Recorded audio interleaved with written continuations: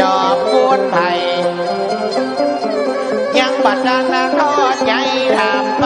จอมยองสอบปอยเมืองสองยังมามวนลาม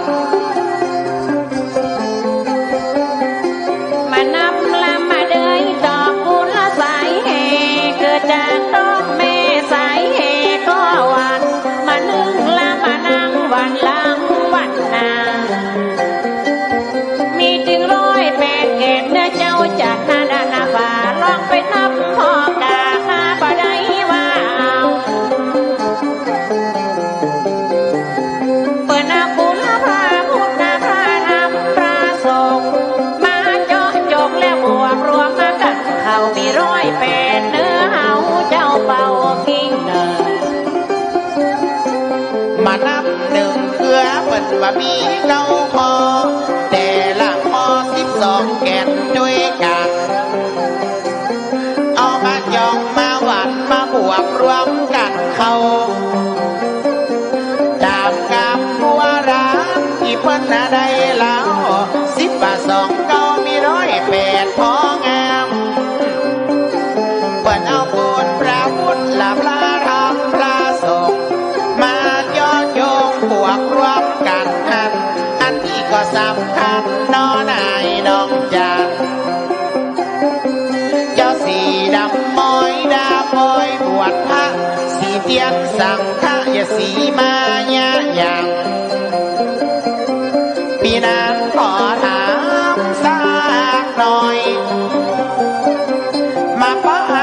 พรยังไม่ห่างยั่วย่อยบอกพกกะห่างปล่อยมันป่าน้อยลอยวางวัดเนียนาสังฆะนั้นอย่าดอกพูดอย่างก่อนที่นานละบัดหามันบอกเอาใหญ่ใด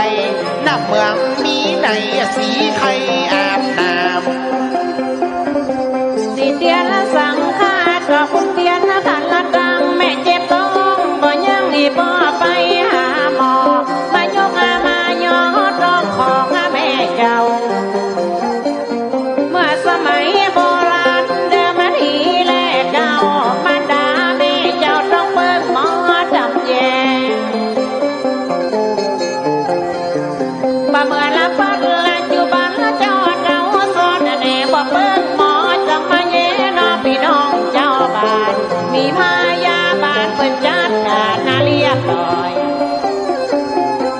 มานั่งกลางวงนางมาลงกลางศาสตร์แล้วเทียนเล่มบาทนั่นอย่าดอกพูดอย่างกันจังสอลาบัดหามันบอกหัวที่แจงกันบอดดกเขาก็ว่าแรงน้ำบ่อแห้งแต่มันเกิดดอนทรายอันว่าเทียนเล่มบาทนั่นอย่าดอกพูดไผ่มีความหมายเหมือนกันดังอันซอกินซอดามคอยดาบ่อเดียงเป็นว่าคนละจบมาพบมาคนละฉลาดอยากเรียนน่าเล่มบาทถ้าจำแล้วแจ้งใส่ตามสองเฮียสองให้บุญจาลูกเก่าตอนให้แม่ละอยู่เดือนละปากนั้นน่ะแต่เล่าว่าเฮือลูกเก่ารับดีนอนดีที่ละบ่เฮือใจว่าให้บ่เฮือตองถ้านัวถ้าน้องเลี้ยงลูกในใส่บุญละเสียงไฟเนื้อได้น้องจัดว่าเทียนเล่มบาทดามแล้วสองใส่อย่าดอกบุญเสียงไฟตามส่องให้ลูกลาเพราะสมัยลาจะก่อนมันบอกเรียนฟังตามบอกละว่า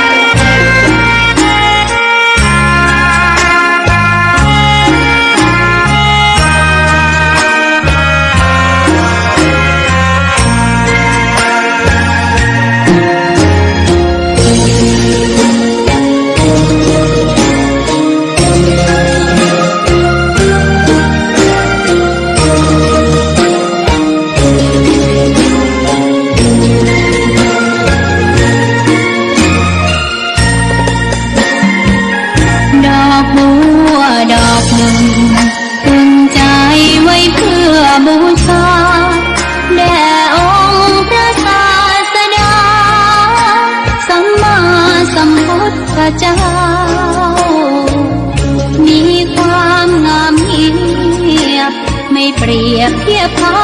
เทียบเราไรมองไม่งามช่างเขาแต่เจ้าก็คือดอกบัวด้วยความสัตย์ซื่อยึดถือความดีเป็นหลัก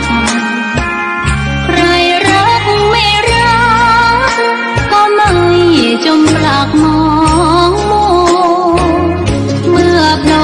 พ้นน้ำก็เห็นความงามในตัวไม่ยึดติดในตมชั่วขอเป็นดอกบัวดอกเดียวใครไม่มองว่าบัวงามเด่นแต่บัวมาเป็น ขอถวายความเคารพพระมหาเถรานุเถระครูบาอาจารย์เจ้าทั้งหลายจุตนจุองค์เจริญสุขเจริญธรรมจงได้บังเกิดมีกับท่านพุทธศาสนิกชนทั้งหลายที่ได้สดับรับฟังสาระแห่งธรรมทางสถานีวิทยุคลื่น FM 104.50 เมกะเฮิรตซ์สถานีวิทยุธรรมะ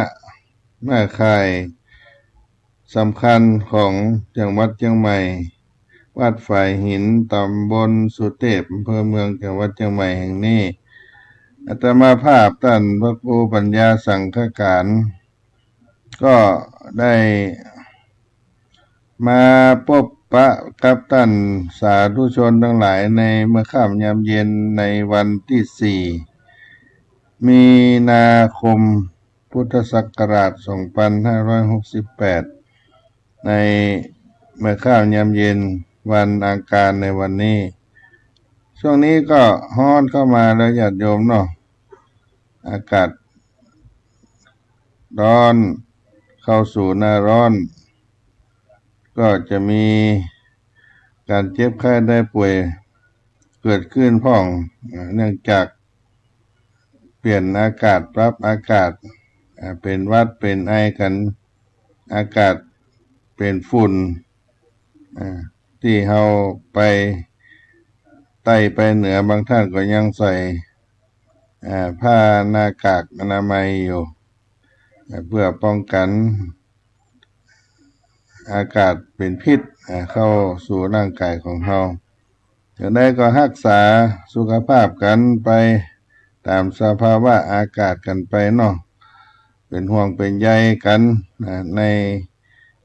ชีวิตวิถีความเป็นอยู่ของเราทุกวันนี้อากาศก็บ่ค่อยบริสุทธิ์เท่าใดนักช่วยกันดูแลรักษาสุขภาพตัวเองกันด้วยวันนี้ในต้นรายการก็จะเอาสุภาษิตโบราณล้านนาไทยเอามาปั่นมาฝากพี่น้องท่านคนฟังทั้งหลายในบทที่ว่าบ่อนับตู้ผ้าหือนับผ้าเหลืองบ่อนับต่อเฟืองหือนับเม็ดข้าวบ่อนับตู้ผ้าหือนับผ้าเหลืองบ่อนับต่อเฟืองหือนับเม็ดข้าวบาหันแก่พระก็ขอให้เห็นแก่ผ้าเหลืองบาหันแก่สั่งข้าวก็ขอให้เห็นแก่เมล็ดข้าวในความหมายนั้นไม่เห็นแก่คนหนึ่งก็ขอให้เห็นแก่อีกคนหนึ่งเพื่อประโยชน์อันพึงประสงค์บ่นับตู้พระหือนับผ้าเหลืองบ่นับต่อเฟืองหือนับเม็ดข้าวหือหันแก่ศาสนาพระเจ้าผ้าเหลืองคือเงาศาสตร์พระหันแก่ธัญญาเมล็ดข้าวพุนจะสาระพอด้านตังกุลเลือกเข้าเอาเม็ดเลือกตุตนหนุนเจ้านาเจ้าบุญเลือกตุเลือกเข้าบ่นับตู้พระหือนับผ้าเหลืองบ่นับต่อเฟืองหือนับเม็ดข้าวหือหันแก่ศาสนาพระเจ้าผ้าเหลืองคือเงาศาสตร์พระหันแก่ธัญญาเมล็ดข้าวพุนจะสาระพอด้านตังกุลเลือกเข้าเอาเม็ดเลือกตุตนหนุนเจ้านาเจ้าบุญเลือกตุเลือกเข้า บ่นับตู้พระฮือนับผ้าเหลืองบ่นับต่อเฟืองฮือนับเม็ดข้าวฮือหันแก่ศาสนาพระเจ้าผ้าเหลืองคือเงาศาสตร์พระหันแก่ธัญญาเมล็ดข้าวพุนจะสาระผอด้านตังกุลเลือกเข้าเอาเม็ดเลือกตุตนหนุนเจ้านาเจ้าบุญเลือกตุเลือกเข้าบ่เห็นแก่ผ้าของเห็นแก่ผ้าเหลืองซึ่งเป็นเสมือนสัญลักษณ์ของพระพุทธศาสนาบ่หันแก่สร้างข้าวก็ของหันแก่เมล็ดข้าวที่ทรงคุณค่าคือฮื้อมองด้านคุณประโยชน์หลักและหากจำเป็นต้องเลือกก็ฮื้อเลือกเอาเมล็ดข้าวที่มีประโยชน์มากกว่าสร้างข้าวหรือเลือกเคารพนับถือพระผู้ปฏิบัติชอบและค้ำจูพระพุทธศาสนาบ่ฮื้อเสียมถอยก็เป็นสุภาษิตโบราณล้านนาเอามาปั่นมาฝากพี่น้องท่านผู้ฟังทั้งหลายในเมื่อค่ำยามเย็นในวันนี้ในรายการเสียงธรรมวัดสลีโสดาพระอารามหลวงพระธรรมจาริกจังหวัดเชียงใหม่โดยอัตมภาพท่านพระครูปัญญาสังฆการหรือท่านพระครูพรหมินทร์ผู้ช่วยเจ้าอาวาสวัดสลีโสดาพระอารามหลวงพระธรรมจาริกได้มาดำเนินรายการกับท่านสาธุชนทั้งหลายในต้นรายการนี้ก่อนเนาะก็ให้ฟังเสียงคีตาธรรมกันสักกรรมก่อนเนาะจะได้มาพบกันในสาระอื่นๆในรายการนี้ต่อไปตั้งน้อยแห่งสักกรรมก่อนเนาะ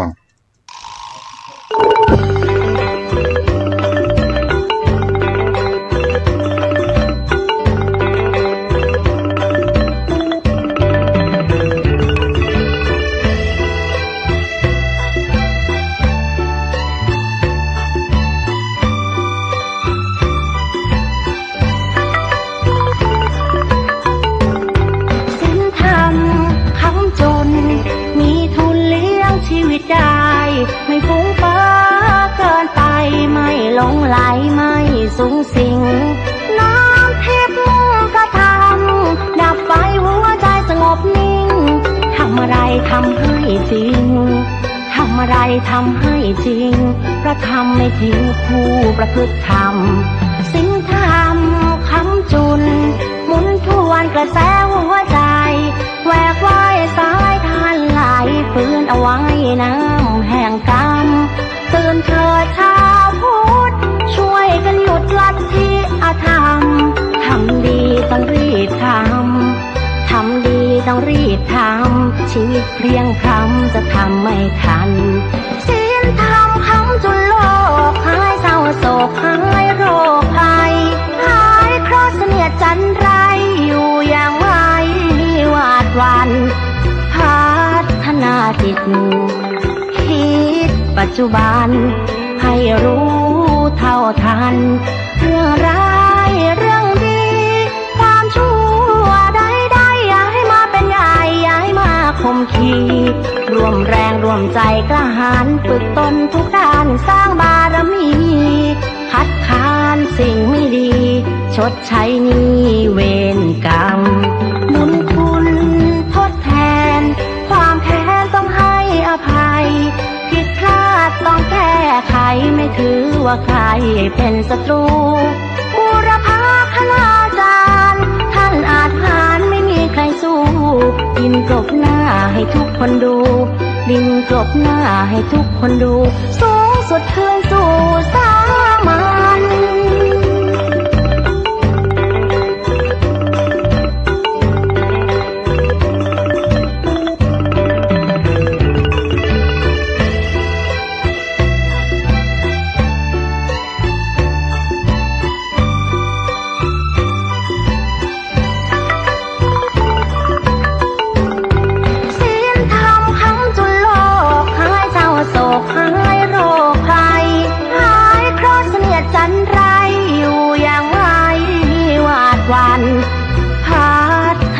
จิตคิ ปัจจุบันให้รู้เท่าทันเรื่องร้ายเรื่องดีความชั่วใดๆอย่าให้มาเป็นใหญ่อย่าให้มาข่มขีร่วมแรงร่วมใจกล้าหาญฝึกตนทุกด้านสร้างบารมีคัดค้านสิ่งไม่ดีชดใช้หนี้เวรกรรม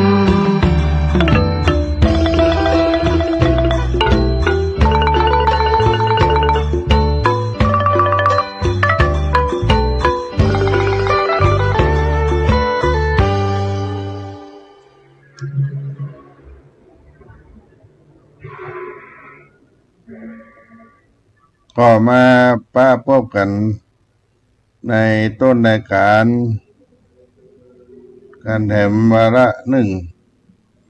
ช่วงบ่ายก็ได้พูดไปถึงเรื่องการบูชาพระพุทธเจ้าพระธาตุเจดีย์อันเป็นมังคละมงคลในการสร้างพระธาตุสร้างเจดีย์เนี่ยพระธาตุเจ้าถวายชัดห่มเงาพระพุทธศาสนาบ่ายวันนี้เย็นวันนี้ก็จะอู้เรื่องถึงการปุจจาอันเป็นมังคละมงคลในเรื่องของบูชาบุคคลที่ควรบูชาเป็นมังคละอันหนึ่งในมงคล38ประการต้นไม้เมื่อยังเล็กเป็นต้นกล้าอยู่จำเป็นต้องมีค้ำประคองไว้ป้องกันไม่ให้ล้มรากขาดตายเสียก่อนฉันใดผู้ที่หวังความเจริญก้าวหน้าก็จำเป็นต้องบูชาบุคคลที่ควรบูชาไว้เป็นตัวอย่างการดำเนินชีวิตที่ถูกเป็นหลักใจป้องกันความเห็นผิดและอกุศลกรรมต่างๆไม่ให้ย้อนกลับกำเริบขึ้นมาอีกฉันนั้นการบูชาคือหยังการบูชาคือการเลื่อมใสยกย่องเชิดชูด้วยกิริยาการสุภาพที่เฮาแสดงต่อผู้ที่ควรเคารพบูชาทั้งต่อหน้าและรับหลังการแสดงต่อหน้าเป็นการแสดงให้ท่านทราบว่าเฮามีความเคารพและตระหนักในคุณธรรมความดีที่มีอยู่ด้วยตัวเองของท่านด้วยความจริงใจการแสดงรับหลังเป็นการเตือนใจตัวเฮาเองให้ผูกใจไว้กับคุณธรรมมันสูงส่งของท่านก็ให้เกิดความรู้สึกความอยากกระทำตามใจเฮาจะได้ยกสูงขึ้นเสมอบ่เลื่อนไหลไปในทางชั่วร้ายการบูชาเป็นกุศโลบายอย่างหนึ่งสำหรับฝึกใจที่ยังหยาบกระด้างเพราะบ่อาจยอมรับความดีของผู้อื่นให้ละเอียดอ่อนลงผู้ที่ยังด้อยปัญญายังบ่เข้าใจในคุณธรรมความดีของผู้ที่ควรบูชานักแต่หากได้เคยชินกับการบูชาแล้วในที่สุดย่อมสามารถหันถึงคุณธรรมความดีที่มีอยู่ในตัวของผู้ที่เราบูชาได้อย่างแจ่มชัดจนเกิดความเลื่อมใสกลายเป็นการบูชาอย่างแท้จริงอยากทำความดีตามท่านบ้างผู้ใหญ่จึงควรสอนบุตรลูกหลานให้รู้จักสวดมนต์บูชาพระรัตนตรัยเป็นการปลุกศรัทธาให้รู้จักบูชาบุคคลที่ควรบูชาตั้งแต่เด็กแต่น้อยเป็นต้นมาบุคคลที่ควรบูชาคนที่ควรบูชาก็คือคนที่มีคุณความดีควรกล้าแก่การระลึกถึงและยึดถือเป็นแบบอย่างในการปฏิบัติตามได้แก่ผู้มีศีลสมาธิปัญญาสูงกว่าเรานั่นเองซึ่งประมวลสรุปได้ดังนี้ หนึ่งในบุคคลที่ควรบูชาหนึ่งพระสัมมาสัมพุทธเจ้า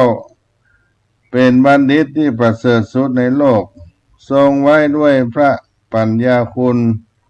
พระบริสุทธิ์ที่คุณพระมหากรุณาธิคุณจัดเป็นบุคคลที่ควรบูชาของพุทธศาสนิกชนทั้งหลายสองพระสงฆ์เป็นผู้ปฏิบัติดีปฏิบัติชอบผู้ปฏิบัติดีปฏิบัติชอบก่อนแล้วจึงสอนให้ผู้อื่นประพฤติดีปฏิบัติชอบตามอย่างตามบางจะเป็นบุคคลที่ควรบูชาของพระพุทธศาสนิกชนพระสงฆ์นี้ญาติโยมเป็นผู้ได้ฟังธรรมแล้วปฏิบัติตามและสอนให้ผู้อื่นปฏิบัติตาม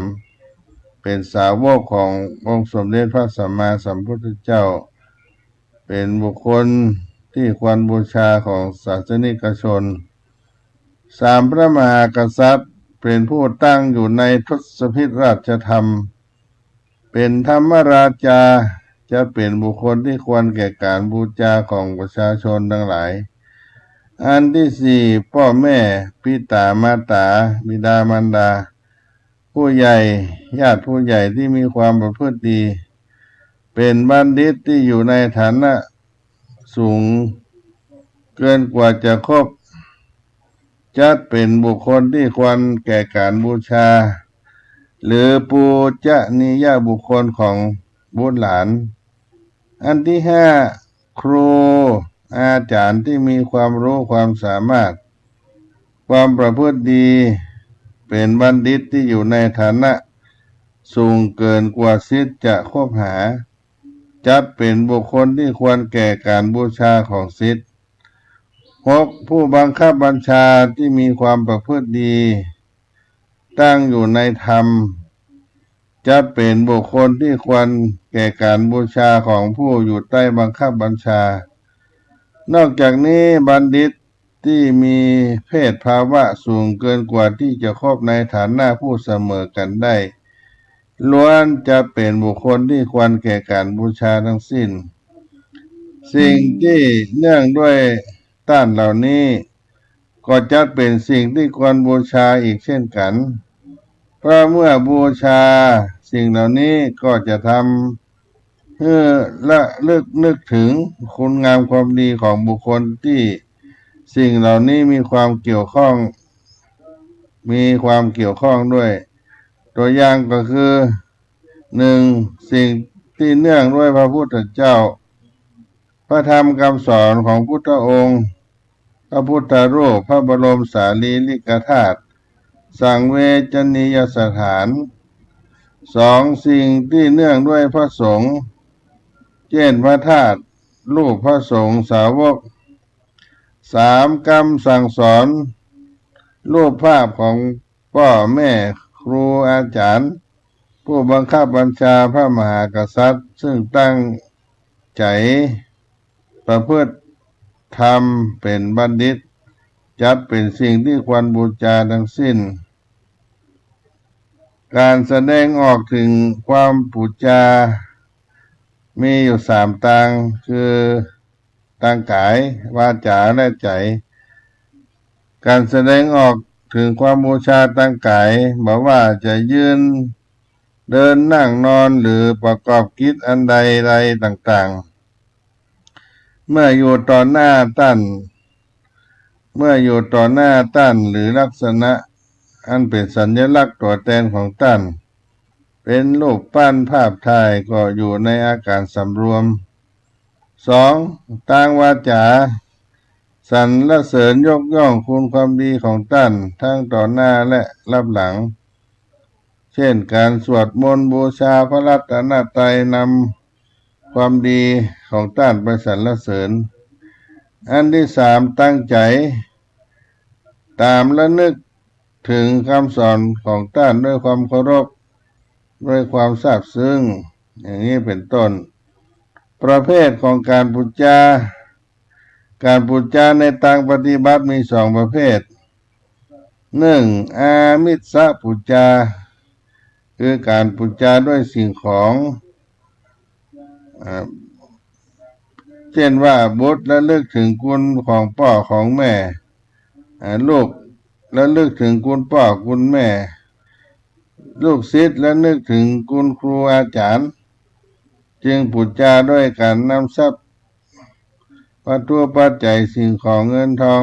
เอาไปมอบไปผ่านให้เป็นต้นการพูดจาพระรัตนตรัยด้วยดอกไม้ธูปเทียนก็จะเป็นอามิสพูดจาเช่นกันสองการพูดจาเรียกว่าปฏิบัติพูดจา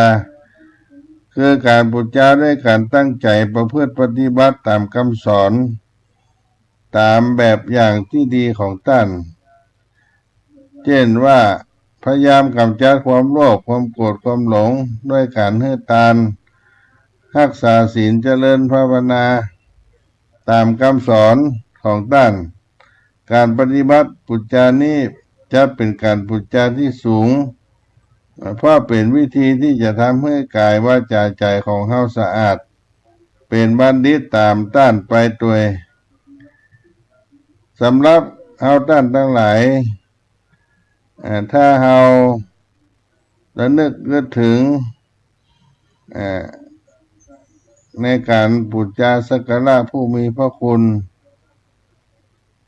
แล้วก็ขอให้ได้ตระหนักเอาไว้ในจิตในใจแต่ว่าอย่าพูดจาสิ่งที่บ่ควรพูดจาก็จะนำไปสู่ความงมงายหลงผิดจิตใจจะขุ่นมัวเป็นพาราเป็นพานไปซึ่งได้ทำได้ดังนี้หนึ่งไปพูดจาคนปาลาคนพานคือบ่ยกย่องเฮาบ่พูดจาคนพาลบ่ยกย่องบ่เชิดชูบ่ส่งเสริมบ่สนับสนุนคนพาลบอกว่าคนพาลนั้นจะมียศมีศักดิ์สถานภาพสูงส่งเพียงใดก็ตามไม่บูชาคนพาลเป็นข้อที่หนึ่งอย่าได้ไปบูชาสิ่งที่ควรบูชาเพราะจะชักนำให้ไปสู่ความงมงายหลงผิดจิตใจขุ่นมัวเปลี่ยนผ่านไปอันที่หนึ่งไม่บูชาคนพาลดังกล่าวมาสองไม่บูชาสิ่งที่ต่อเนื่องด้วยคนพาลไม่บูชาสิ่งที่ต่อเนื่องด้วยคนพาลาคนพาลเนี่ยเป็นต้นว่ารูปภาพรูปปั้นผลงานสิ่งของเครื่องใจของคนพาลหรือทำตามคำแนะนำของคนพาลสามไม่บูชาสิ่งที่บูชาแล้วไม่ทำให้เกิดสิริมงคลไปบูชาไม่บูชาสิ่งที่ไปบูชาแล้วบ่ให้เกิดเป็นสิริมงคลเป็นต้นว่ารูปภาพดารานักร้องดาราอย่างต่างๆนักการแสดงภาพโฆษณาที่เกี่ยวกับอบายมุขเอามาสักการะบูชานี่บ่เป็นมังคละมงคลก็บ่ควรไปบูชาอย่างนี้เป็นต้นอันที่สี่ไม่บูชาสิ่งที่บูชาแล้วทำให้งมงายบ่ให้เกิดปัญญาไปไหว้ต้นไม้ใหญ่ต้นไม้หลวงไหว้พูดผีปีศาจที่อยู่ตามป่าตามตังอย่างต่างๆเหล่านี้ที่จะทำให้เกิดความงมงายก็บ่ควรไปบูชาก็มีอยู่สี่ประการที่บ่ให้ไปบูชาสิ่งที่ควรบ่ดีไปบูชาดังที่กล่าวมาไม่บูชาคนพาลไม่บูชาสิ่งที่ต่อเนื่องด้วยคนพาลไม่บูชาสิ่งที่บูชาแล้วบ่เกิดความเป็นมังคละมงคลไม่บูชาสิ่งที่บูชาแล้วทำให้เกิดความงมงายบ่เกิดปัญญามีสี่อย่างนี้แล้ววิธีการบูชาในพระพุทธศาสนาของเฮาที่เพิ่นได้สอนวิธีบูชาพระพุทธรูปที่ใช้กันมากคือการกราบ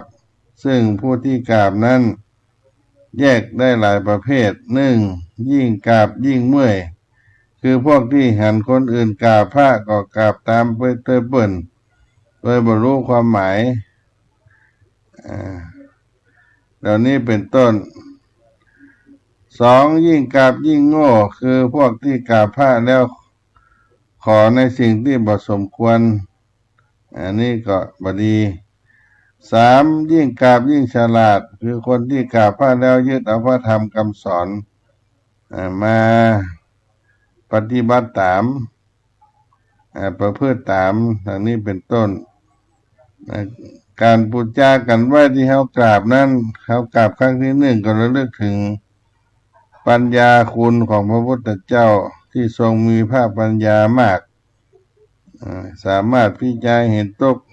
พิธีการรับทุกด้วยพระองค์เองทั้งนี้เพราะพระองค์ได้ศึกษาธรรมและฝึกสมาธิมามากจึงมีใจใสสว่างจนสามารถตรัสรู้ธรรมปราบกิเลสในตัวได้หมดเอาก็ต้องตั้งใจมันฝึกศึกษาธรรมะตามพระองค์ท่านกราบครั้งที่สองก็ระลึกถึงพระบริสุทธิ์ที่คุณของพระพุทธองค์ที่ทรงมีความบริสุทธิ์ทั้งกายวาจาใจเพราะพระองค์ทรงรักษาศีลมามากบ่เคยให้ร้ายแก่ไผเป็นตัวอย่างในการรักษาศีลได้อย่างดีเราก็ต้องตั้งใจรักษาศีลให้บริสุทธิ์อย่างพระองค์ท่านอันที่สามกราบและเลือกถึงพระกรุณาธิคุณของพระองค์ที่ทรงเทศนาให้สั่งสอนคนทั้งหลายโดยบาหารแก่ความเหน็ดเหนื่อยพระองค์ทรงบำเพ็ญทานช่วยเหลือสัตว์โลกมานับพบนับชาติบ่ถ้วนจึงมีความเมตตากรุณาเป็นเลิศเอาก็ตั้งใจมันให้ตานมีความกรุณาช่วยเหลือผู้อื่นตามอย่างพระองค์ท่านเมื่อบูชาแล้วก็เกิดอานิสงส์ญาติโยมทั้งหลายอานิสงส์ของการบูชานั่นหนึ่งย่างความหันถูกที่ยังมาเกิดให้เกิดขึ้นสองย่างความหันถูกที่เกิดขึ้นแล้วเจริญงอกงามยิ่งขึ้นสามทำให้มีกิริยามารยาทสุภาพอ่อนโยนน่าฮักน่านับถือทำให้จิตผ่องใสเพราะตรึกอยู่ในกุศลธรรมเสมอห้าทำให้สติสัมปชัญญะบริบูรณ์ขึ้นเพราะมีความสำรวมระวังเป็นการป้องกันความประมาทหกป้องกันความลืมตัวความหลงผิดได้เพราะตระหนักอยู่เสมอว่าผู้มีคุณธรรมสูงกว่าตนยังมีอยู่เจ็ดทำให้เกิดกำลังใจและอานุภาพอย่างมหาศาลสามารถคุ้มครองป้องกันตนให้พ้นจากอุปสรรคและภัยพานต่างๆได้อันที่แปดเป็นการกำจัด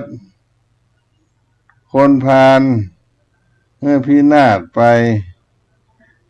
โดยทางอ้อมเพราะมีแต่คนบูชาบัณฑิตผู้มีคุณธรรมการเป็นการเชิดชูบัณฑิตให้สูงเด่นทำให้ท่านสามารถบำเพ็ญกรณียกิจได้สะดวกและกว้างขวางยิ่งขึ้นผู้ใดที่บูชาท่านพอเป็นผู้อบรมตนแล้วผู้หนึ่งแม้เพียงผู้เดียวการบูชาของผู้นั้นประเสริฐกว่าบูชาของบุคคลผู้บูชาด้วยทรัพย์เดือนละปันตลอด100 ปีเหล่านี้เป็นต้นก็เป็นเรื่องของการบูชาของคนที่ควรบูชานำเอามาปั่นมาฝากพี่น้องท่านคนฟังทั้งหลายที่ได้สดับรับฟังอยู่สิ่งใดที่เขาควรบูชาควรสักการะก็ได้อู้กันไปในเบื้องต้นรายการพอที่จะเป็นสิ่งให้กับท่านได้ทราบได้รู้ ในสิ่งที่บุคคลที่ควรบูชาในเมื่อค่ำยามเย็นในรายการเสียงธรรมวัดสลีโสดาพระอารามหลวงค่ำยามเย็นในวันนี้ก็พักเสียงฟังเสียงคีตธรรมกันสักกรรมก่อนเนาะบรรดาท่านผู้ฟังทั้งหลาย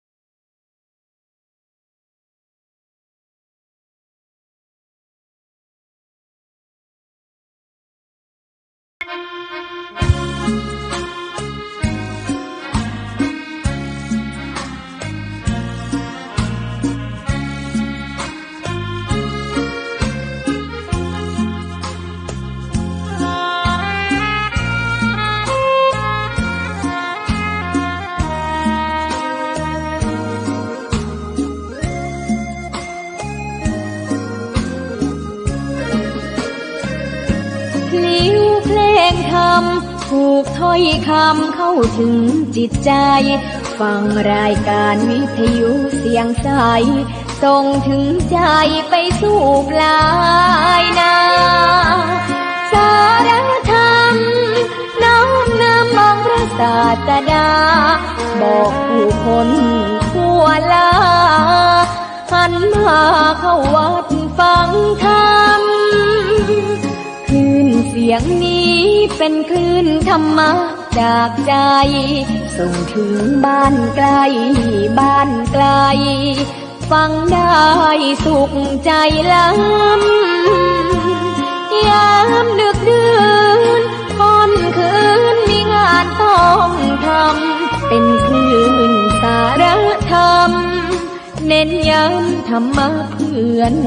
ใจเสียงคลื่นธรรมบอกหลักธรรมให้คลายความเหงาฟังเสียงธรรมะเบาเบาบอกเล่าถึงคนบ้านไกลสื่อธรรมะบอกลดละระหว่างด้วยใจสื่อไปถึงสวงในเข้าใจหลักธรรมหลักดีพลิ้วเพลงธรรมถูกสัมพันธ์จิตใจร่าเริงฟังสาระธรรมะบันเทิงรื่นเริงในชีวิตยามวันว่างเดินทางไปเยี่ยมสถานีนัดพบกันน้องพี่วันนี้วันดีวันเสาร์สวดมนต์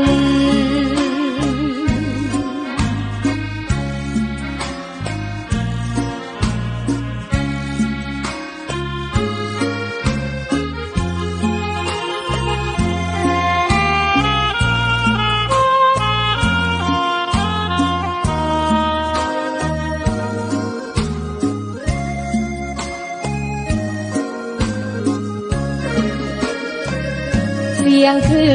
นธรรมบอกหลักธรรมให้คลายความเหงาฟังเสียงธรรมะเบาเบา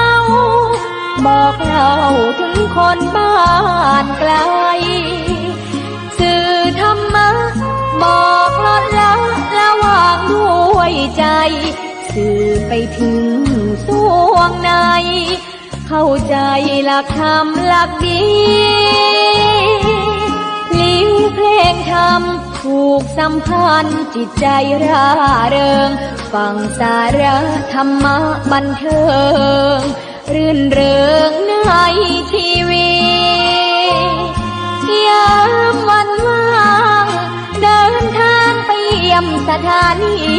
นัดพบกันน้องพี่วันนี้วันดีวันเสาร์สวดมนต์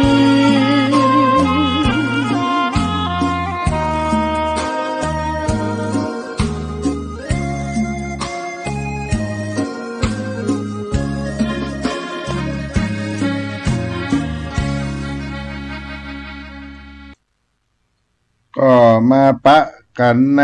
ช่วงที่สองใต้รายการสารธรรมวัดสลีโสดาพระธรรมจาริกโดยอาตมาภาพท่านพระครูปัญญาสังฆการมามาจากกับพี่น้องท่านคนฟังทั้งหลายเมื่อค่ำยามเย็นในวันนี้ในห้วงบรรยากาศที่ยังอบอ้าวกันอยู่เข้าหน้าร้อนเข้ามาแล้วกันท่านทายาทโยมทั้งหลายได้โอ้จากันไปในเรื่องการพูดจาบุคคลที่ควรบูชาไปในต้นรายการก็ได้มามาจาพบปะกับพี่น้องท่านทั้งหลายแถมเรื่องอามิสสะพูดจาปฏิบัติพูดจาเฮาบูชาแบบไหนจะดีหรือว่าดีที่สุดนะญาติโยมการบูชาสองอย่างอามิสบูชากับปฏิบัติบูชาเป็นกรรมที่คุ้นเคยกันดีในหมู่ พุทธศาสนิกชนเฮาแต่จะยังมาเข้าใจโดยความหมายที่ถูกต้องหลวงพ่อพระพรหมคุณาภรณ์เจ้าวาดวัดยาณเวศกันเสยดเจ้าวาดวัดยาณเวศกวันนครปฐมเพิ่นได้กล่าวในเรื่องนี้เอาไว้บูชาอย่างใด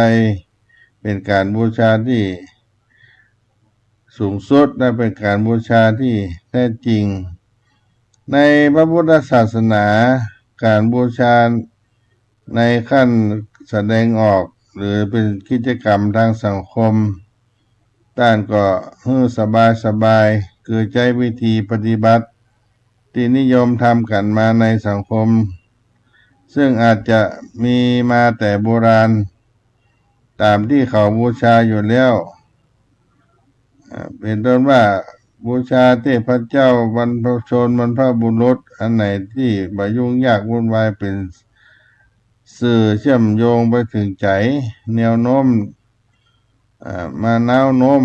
นำใจให้ชื่นบานผ่องใสอิ่มใจเพิ่มใจนำให้เกิดกุศลธรรมแล้วก็บ่เบียดเบียนก็ตกลงกันให้ปรับเปลี่ยนปรับปรุงเอามาใช้ได้วิธีปฏิบัติที่ว่านั้นก็ตั้งแต่ต้นแต่การยกมือการกราบการแล้วก็เลยขึ้นไปก็มีวัตถุสิ่งของมาแสดงออกให้มากยิ่งขึ้นเป็นต้นว่าเขาตอกดอกไม้ธูปเทียนซึ่งจัดเป็นของพื้นฐานที่สุดของการบูชาอาหารที่เป็นเครื่องบูชาที่หนึ่งที่เฮาถวายบางแห่งก็ยังมีการถวายข้าวพระแต่มาตอนหลังๆนี้บางคนเข้าใจเป็นว่าจะถวายให้พระพุทธเจ้าเสวยที่จริงก็บ่ใช่ถือมาแต่โบราณว่าอาหารเป็นเครื่องบูชาที่หนึ่งก็เหมือนบูชาด้วยดอกไม้ธูปเทียนนี่เคารพยกย่องไผเขาก็พยายามเอาสิ่งที่เราหันว่ามีค่าสำคัญสำหรับเราเป็นของดีที่สุดเอาไปบูชาท่านนำไปมอบไปปั่นให้ท่านบางทีคนเก่าได้อย่างดีๆน่าชื่นอกชื่นใจมาก็เป็นดูแล้วเป็นของที่ว่าจะเป็นมงคลอาจจะเป็นแก้วเป็นแสงอะไรอย่างต่างๆเป็นวัตถุของขลังก็ดีดูแล้วก็มีกลิ่นมีรูปน่าดูน่าชมตอนนี้นึกถึงพระก็เอาไปบูชาพระก็เลยบูชาบ่เฉพาะดอกไม้แต่ผลไม้อันดีอันงามที่น่าชื่นใจของกินที่เป็นหมากไม้หัวมันก็เอาไปบูชาอันนี้เป็นต้นการเอาสิ่งที่ดีไปถวายทาน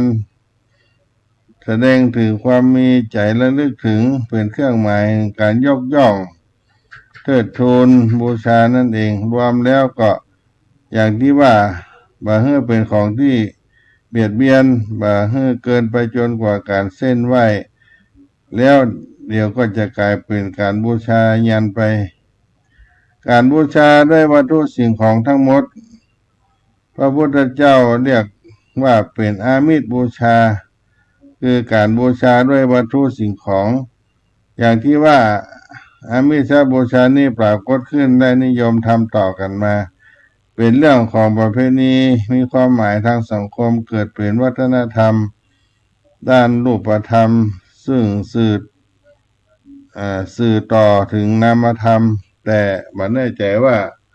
สื่อความหมายไปได้มากเท่าใดโดยขึ้นต่อการพัฒนาของจิตใจปัญญาในเรื่องนี้พุทธเจ้าได้ตรัสต่อไปว่าอามิสบูชานั้นยังไม่มีผลมากการบูชาที่จะมีผลมากแท้คือปฏิบัติบูชาแต่ว่าการบูชาด้วยปฏิบัติคำสอนที่ทำให้ปฏิบัติบูชา เป็นการนำทางหรือชี้ทางให้ก้าวสูงขึ้นไปให้เข้าสู่ธรรมมากขึ้นแม้แต่ในอามิสบูชาเวลาเราบูชาก็ต้องมีเจตนาออกมาทางจิตใจดังนั้นถ้าจะได้ผลในจิตใจก็ต้องมีความตั้งใจความรู้สึกซาบซึ้งและมีความเข้าใจซาบซึ้งถึงความหมายพร้อมทั้งความมุ่งหมายว่า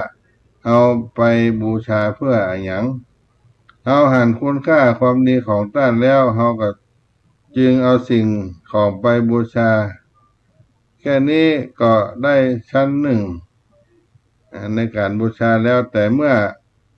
ได้ผลยิ่งขึ้นพุทธเจ้าก็ทรงสอนให้มองหันว่าอามิสบูชาคือการบูชาด้วยสิ่งของนี้ยังบ่สำคัญจริงยังบ่ประเสริฐแต่จะมีคุณค่าจริงต้องบูชาด้วยการปฏิบัติตัวเราต้องลงมือทำด้วยความดีนั่นเองพุทธองค์สอนทรงแนะเพราะหวังดีคัดเลือกสิ่งที่ดีมาให้เราโดยทรงต้องการให้เราปฏิบัติประพฤติเพื่อให้เกิดผลดีแก่ตัวเราเองและแก่สังคมที่เราอยู่ร่วมอยู่อาศัยด้วยกันถ้าเราได้ประพฤติปฏิบัติแล้วสิ่งเหล่านี้ก็จะเป็นสิ่งที่เราได้ทำเพราะฉะนั้นทำในการอามิสบูชา